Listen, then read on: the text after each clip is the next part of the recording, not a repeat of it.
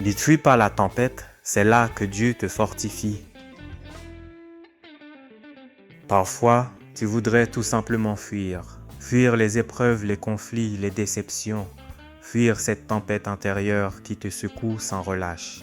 Mais si je te disais que cette tempête n'est pas venue pour te détruire, mais pour te construire. Et si Dieu t'y gardait non pour te punir, mais pour te fortifier. Regarde les disciples dans la barque. Le vent soufflait si fort qu'ils ont cru mourir. Pourtant, Jésus était là, endormi. Pas parce qu'il ne se souciait pas d'eux, mais parce qu'il voulait leur apprendre à avoir confiance, même quand le ciel gronde. La foi ne grandit pas dans le calme, elle grandit dans la tempête. C'est au cœur du vent qu'on apprend à s'ancrer. Chaque épreuve est une école invisible. Quand tout se brise autour de toi, c'est souvent là que Dieu travaille le plus profondément en toi. Tu ne le vois pas, mais il façonne ton caractère, ton endurance, ton discernement. Le courage n'est pas l'absence de peur, c'est la décision de rester debout malgré elle. Et quand tu restes debout dans la tempête, tu deviens un témoignage vivant, celui d'une foi qui ne cède pas. Ne crois pas que la douleur est la preuve de son absence. Même les racines les plus fortes grandissent dans la terre la plus dure.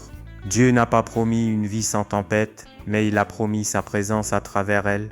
Et cette présence change tout, parce que au moment où tu crois sombrer, c'est souvent là qu'il t'apprend à marcher sur les eaux. Souviens-toi des paroles d'Ésaïe 43, verset 2. Si tu traverses les eaux, je serai avec toi, et les fleuves ne te submergeront point. Ce verset n'est pas une belle poésie, c'est une promesse ferme. Dieu ne dit pas « je t'éviterai la tempête », il dit « je serai dans la tempête avec toi ». C'est sa façon de transformer la peur en force, la tempête en témoignage. Alors ne fuis pas la tempête, ne maudis pas le vent ni la pluie. Reste dans la barque, même quand tout tangue, parce qu'au moment où tu penseras tout perdre, surprise, tu verras sa main se tendre.